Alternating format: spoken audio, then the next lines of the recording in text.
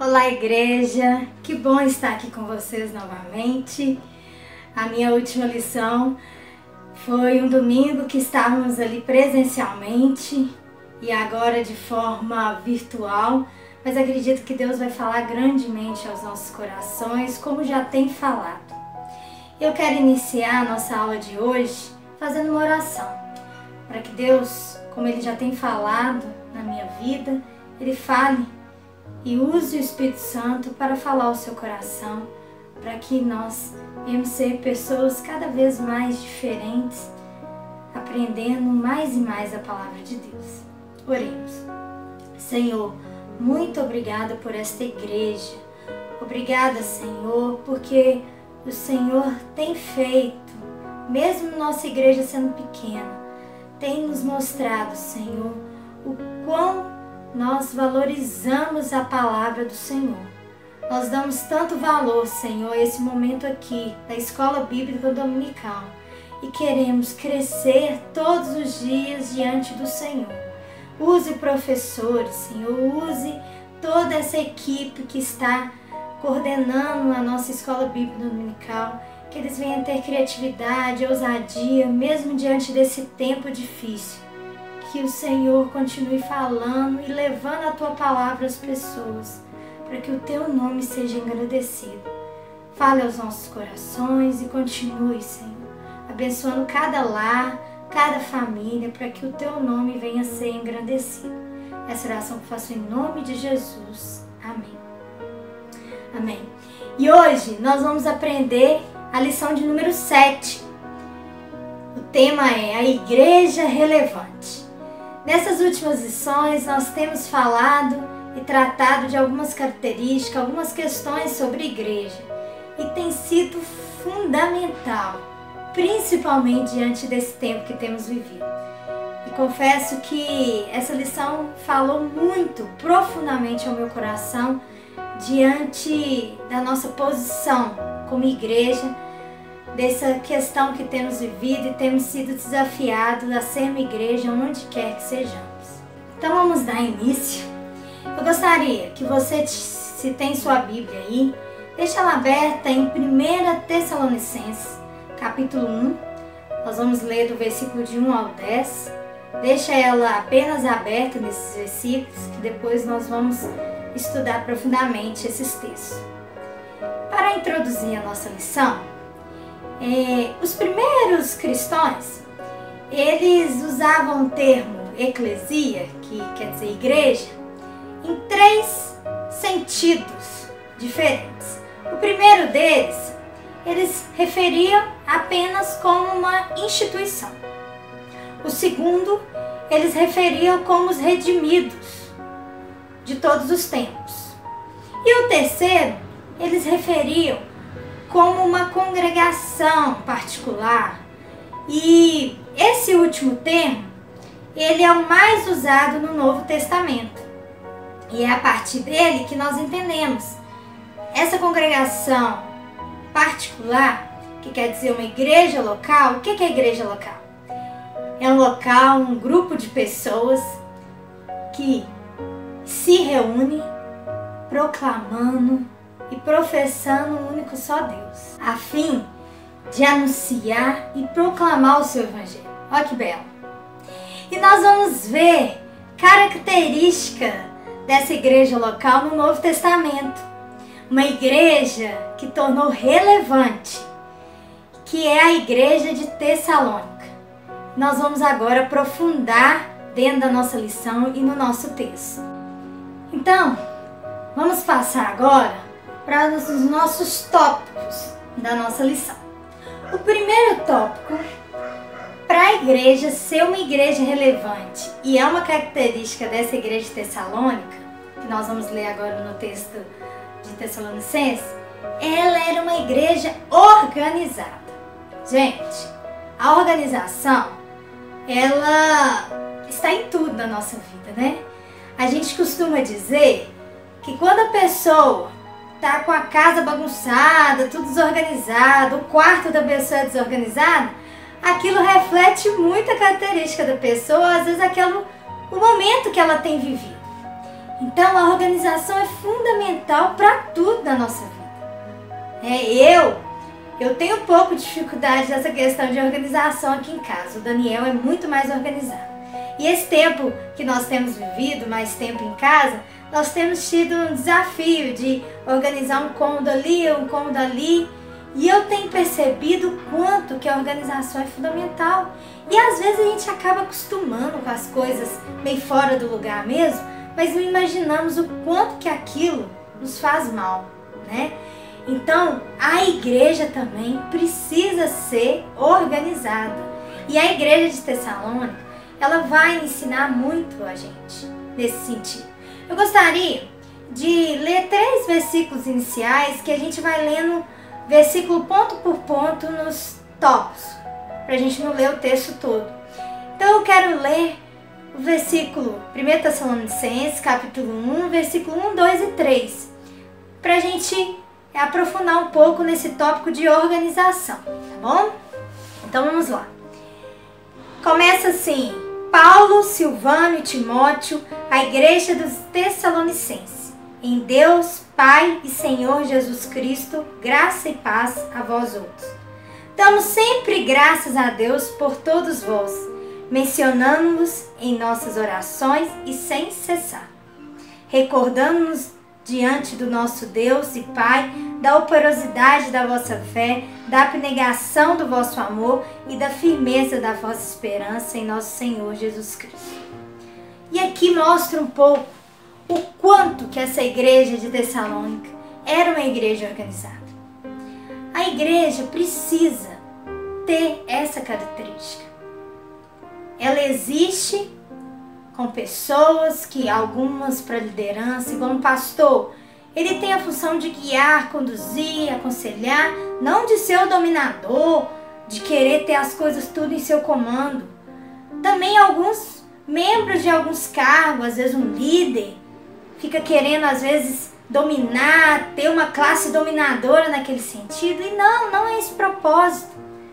A igreja como organização tem deveres, tem os seus cargos, pessoas são batizadas e aí elas podem ser incluídas em um cargo, e isso nós precisamos sempre priorizar no nosso meio, a organização.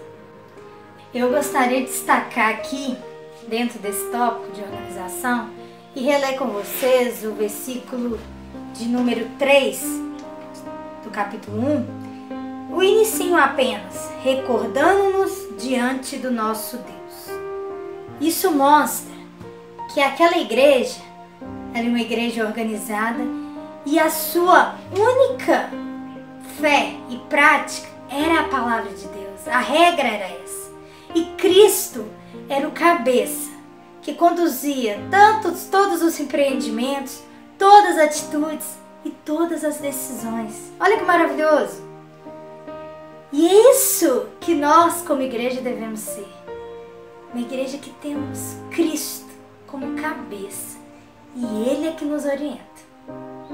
E uma pergunta que eu quero deixar: como que nós, eu e você, temos contribuído para que a nossa igreja se torne cada vez mais organizada e que se mantenha dessa forma? Porque eu faço parte e você também. Nosso próximo tópico que nós vamos tratar é que uma igreja, para ela ser relevante, ela precisa exercitar a fé e o serviço. E para isso nós vamos ler os versículos de número 5 a 8, para a gente ver um pouco sobre essa igreja de Tessalônica. Então diz assim, versículo de 5 a 8.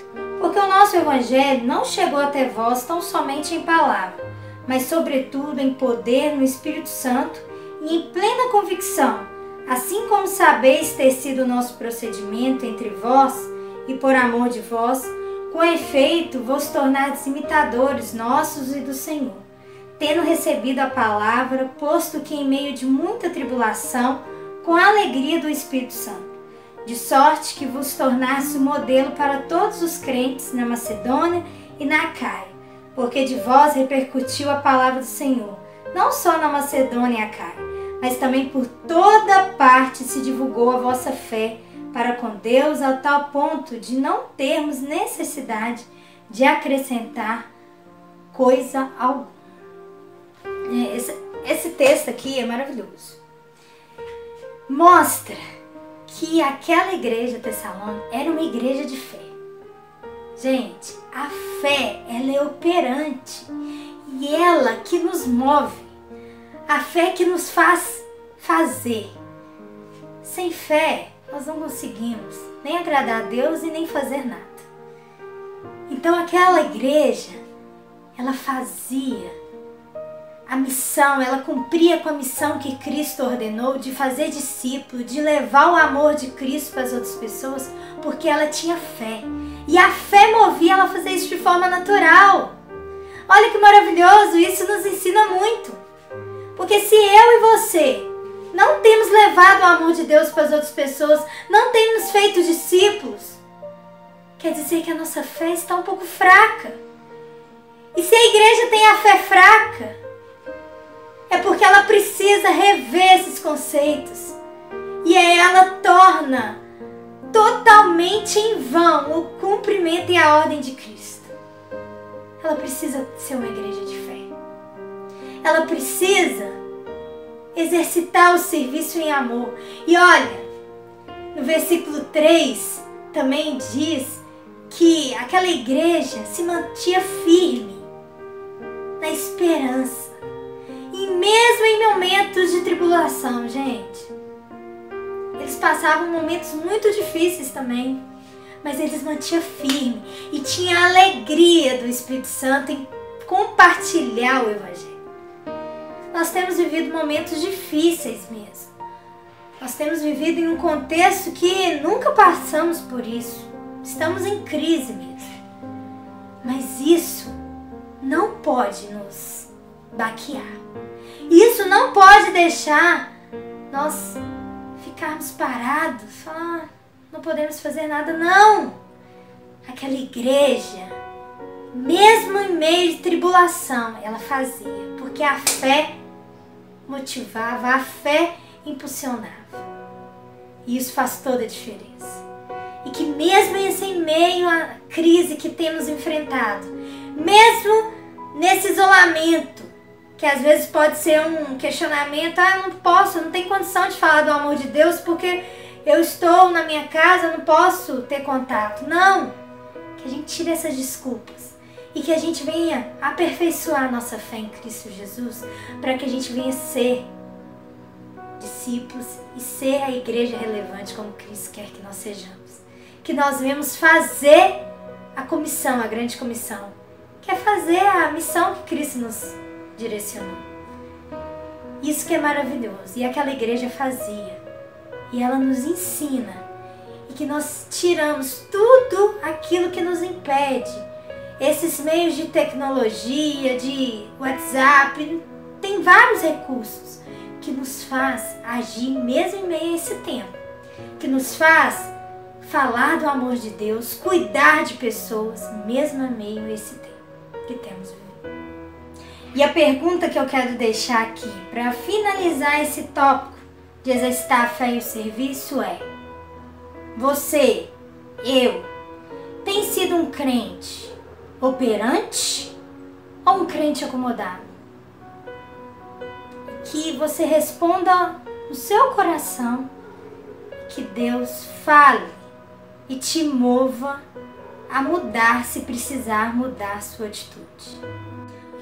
O nosso terceiro tópico aí, que nós vamos falar, é que a igreja relevante, ela também é uma igreja que pratica a cooperação. A igreja de Tessalônica, ela era uma igreja de crentes colaboradores. Eles exercitavam o amor fraternal uns com os outros, uns ajudando os outros. Eles eram colaboradores, todo mundo no mesmo propósito. E olha, nós temos uma diferença aqui. Cooperação é muito diferente de competição. E muitas vezes a gente tem visto em nosso meio, em vez de cooperação, competição. Muitas vezes a gente vê líderes, às vezes querendo competir algo. em vez de ser colaboradores. Colaboradores, a gente está no mesmo propósito, um ajudando o outro. Que nós sejamos essa igreja que pratica essa colaboração. Essa igreja que seja uns ajudando o outro. É que fala que essa igreja, ela ajudava outra igreja. E isso nos mostra que às vezes a gente tem um pouco de receio também com outras igrejas, até a igreja que são das mesma fé e ordem, da mesma convenção, elas eram colaboradoras, todas no mesmo propósito, que eles estavam seguindo a mesma missão, que é de proclamar o amor de Deus. E olha, eu te desafio aqui nessa questão, quando a gente coloca aqui de um ajudar o outro e exercitar esse amor fraternal. Eu desafio a escolher alguém da igreja, uma pessoa só, para você cuidar dessa pessoa. Gente, quanto desafiador é, no tempo que às vezes acomodados estamos, eu falo isso por mim, nós temos dificuldade de cuidar do outro. E aquela igreja de Tessalônica cuidava de forma natural. E nós precisamos nos retomar isso, cuidar uns dos outros de forma natural.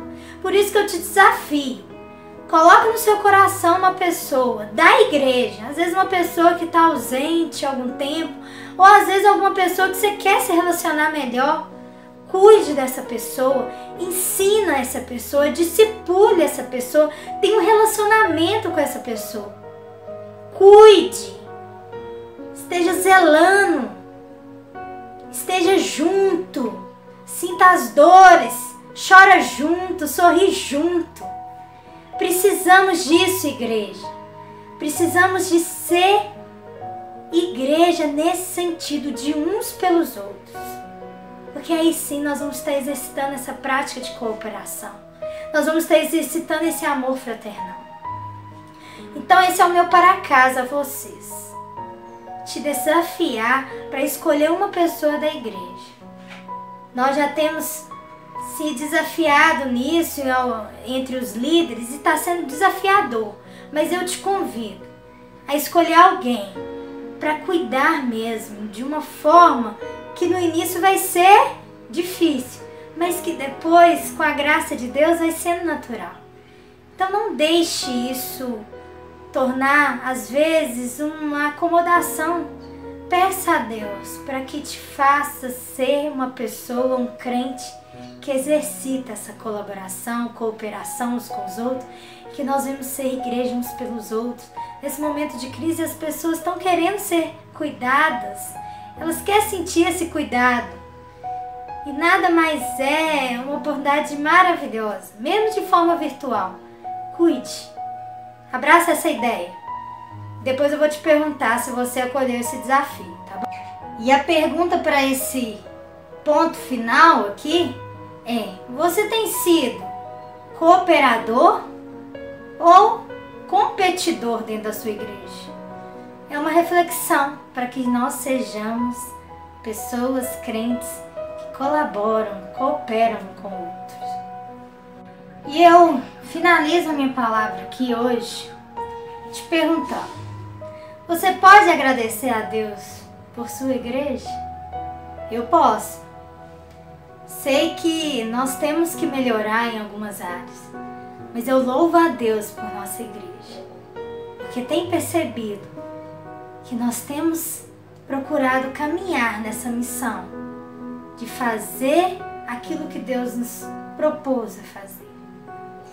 E olha, uma palavra que eu quero deixar final aqui é que para uma igreja ela ser relevante, ela precisa de um avivamento. E numa conferência que eu assisti de um pastor, que foi o Aviva Brasil, falou muito ao meu coração nesse sentido. Em meio às crises que acontece o verdadeiro e grande avivamento. Precisamos usar esse tempo que temos vivido para que Deus nos aviva. E para isso, precisa ser uma atitude minha e sua. Para isso, Deus quer nos mover, Ele quer usar esse tempo difícil para que nós vivemos um grande avivamento. E eu tenho orado por isso. Nós não sabemos como que vai ser os dias posteriores com essa crise. E pode ser que chegue uma crise muito forte, um tempo muito difícil.